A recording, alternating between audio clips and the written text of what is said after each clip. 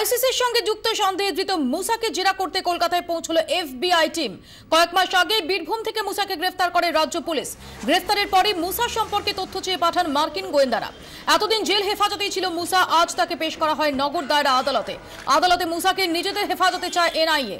সেই আর্জি মেনে মুসাকে দুদিনের এনআইএ হেফাজতের নির্দেশ দিয়েছে আদালত।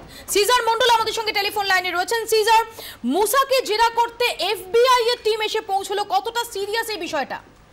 অত্যন্ত তাৎপর্যপূর্ণ মফিয়া, কারণ মুসা ধরা পড়ার পরে মুসার যে যোগাযোগগুলো পাওয়া গেছিল সেখানে কিন্তু স্পষ্ট হয়ে গেছিল যে আইএসআইএস এর ভারতীয় শাখার যিনি প্রধান সফি আরমারের সঙ্গে মুসার কিন্তু যোগাযোগ ছিল সরাসরি। এবং সেই সময় মুসার যে ইনস্ট্যান্ট মেসেজিং যে কটা অ্যাপ পাওয়া গেছিল যার মধ্যে মুসার যোগাযোগ রাখতো, তার মধ্যে সিমা রয়েছে, উইনচ্যাট রয়েছে, বিভিন্ন যে অ্যাপ, সেই অ্যাপসে কিন্তু দেখা যাচ্ছিল যে মুসা ভারতের বিভিন্ন আইএসআইএস মডিউল ছাড়াও ভারতের বাইরে বিভিন্ন জায়গায়, অস্ট্রেলিয়া থেকে শুরু করে মধ্যপ্রাচ্যের বিভিন্ন দেশ, সেখানে কিন্তু একাধিক আইএসআইএস মডিউলের সঙ্গে যোগাযোগ রাখতো।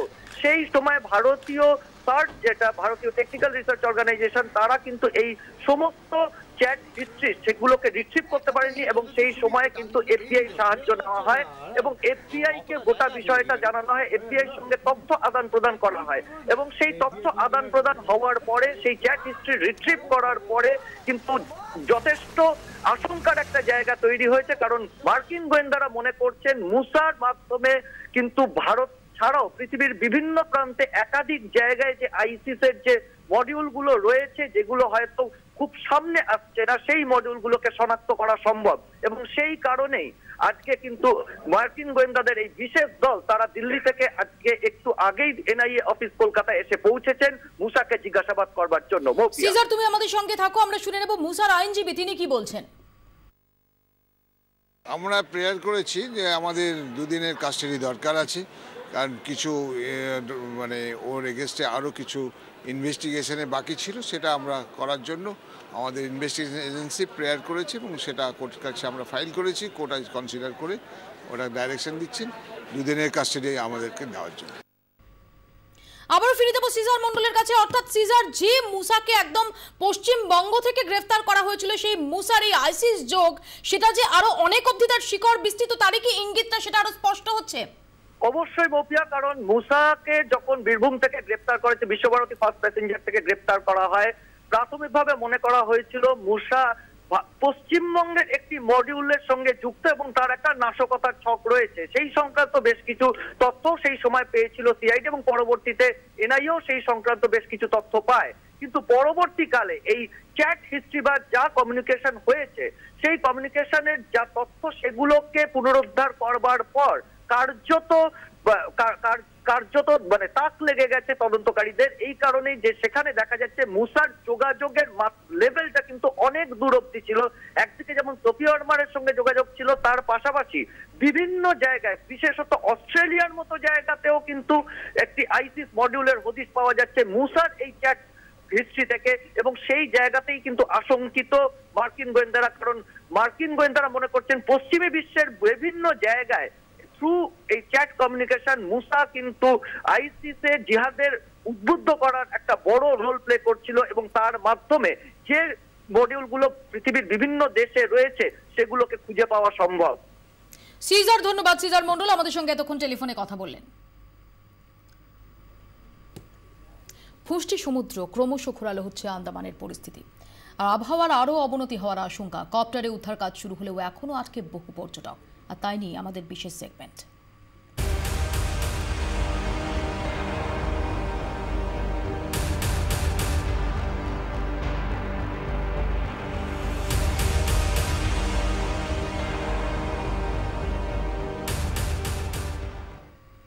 অবশেষে হ্যাভলক দ্বীপ থেকে আটকে পড়া পর্যটকদের উদ্ধার শুরু হলো। আজ সকালে হেলিকপ্টার নামিয়ে 8 পর্যটককে উদ্ধার করা হয়। ধীরে ধীরে বাকি পর্যটকদেরও উদ্ধার করা হবে, জানানো হয়েছে বিপর্যয় মোকাবিলা দফতরের পক্ষ থেকে।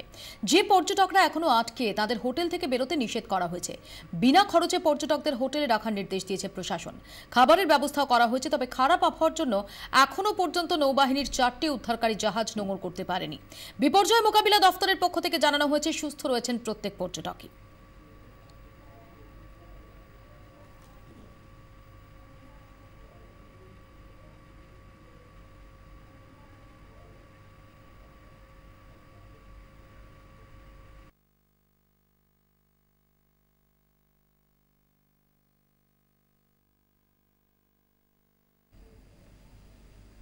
প্রত্যেকে সুস্থই আছেন, তেমন কোনো অসুবিধা নেই। এখানে বর্তমানে যত পর্যটক রয়েছে সকলেই সুস্থ রয়েছে, কারোর কোনো অসুবিধা হয়নি। আর যে 8 জন এখান থেকে গিয়েছে তারাও সুস্থ রয়েছে।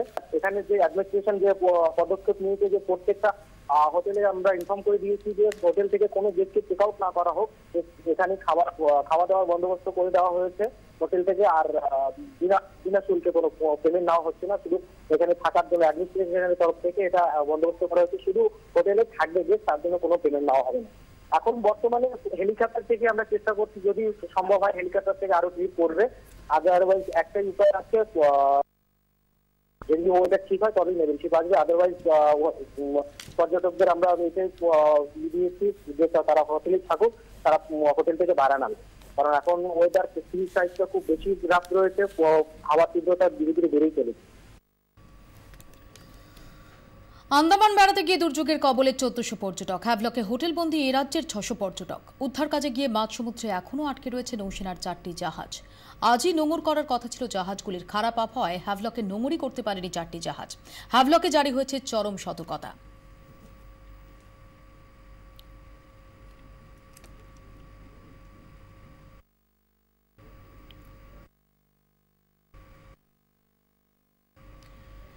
অতি গভীর নিম্নচাপ আর এরই জেরে আন্দামানে দুর্যোগ। গোদের উপর বিস্ফোরার মতো সেই গভীর নিম্নচাপ এখন ঘূর্ণিঝড়ে পরিণত হয়েছে।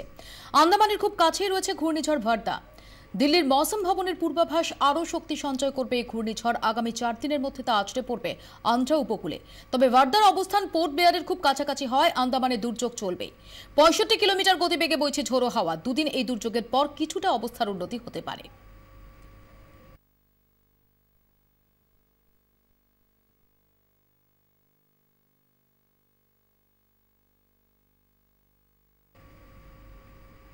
হ্যাভলকেই আটকে থাকতে হচ্ছে, খাবার পাওয়া যাচ্ছে না।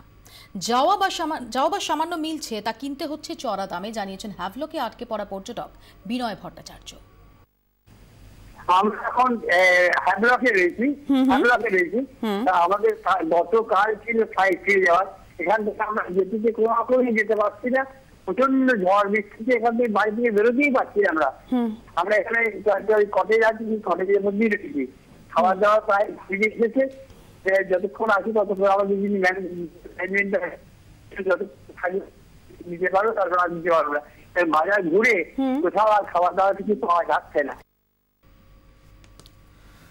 উদ্বেগে বাগবাজারের দত্ত পরিবারও। ঘুরতে গিয়ে আন্দামানের হ্যাভলক দ্বীপে আটকে পড়েছেন পরিবারেরই সদস্য শুভব্রত দত্ত এবং তার স্ত্রী। প্রতি মুহূর্তে তাদের সঙ্গে ফোনে যোগাযোগ রাখছেন বাড়ির অন্য সদস্যরা।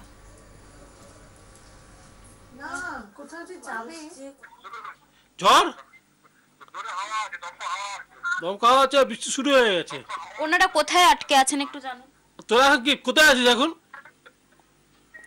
তোরা কোথায় আছিস? হোটেলে আছিস? খাওয়া দাওয়া কেন সমস্যা হচ্ছে? হ্যাঁ,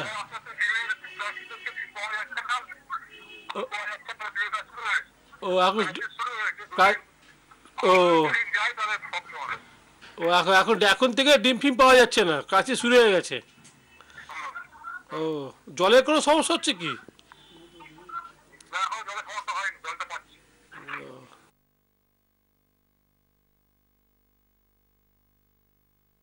আস্তে আস্তে খাবার হচ্ছে, কমে আসছে খাবার। এখন ওরা যে কি করবে আমরা খুবই চিন্তায় আছি।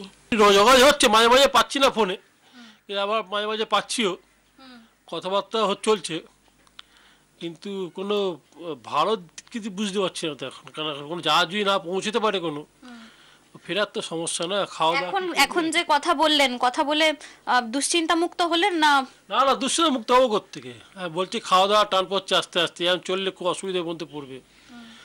কোনো এখনো সকাল কোনো জাহাজ গিয়ে পৌঁছয়নি। আজকে পড়া পর্যটকদের ফেরাতে সব রকম ব্যবস্থা নিচ্ছে রাজ্য সরকার। পর্যটকদের সঙ্গে নিরন্তর যোগাযোগ রাখা হচ্ছে, জানিয়েছেন পর্যটন মন্ত্রী গৌতম দেব। রাজ্যের মাননীয় মুখ্যমন্ত্রী মমতা বন্দ্যোপাধ্যায় তিনি নিজে সংস্থাটা ব্যাপারটার উপরে তিনি পর্যালোচনা করেছেন, নজর রেখেছেন এবং টোটাল ব্যাপারটা তিনি প্রশাসনিক আধিকারিকদের নিয়ে তিনি মনিটরিং করেছেন। এই পর্যটকদের আবহাওয়া একটু ফেভারেবল হলে তাদের নিরাপদে নিয়ে আসার জন্য যা যা ব্যবস্থা নেওয়া, যা যা করণীয়, সমস্তটাই রাজ্যের মাননীয় মুখ্যমন্ত্রী মমতা বন্দ্যোপাধ্যায় তিনি নিজে তদারকি করে সেই কাজ নিশ্চিত করেছেন।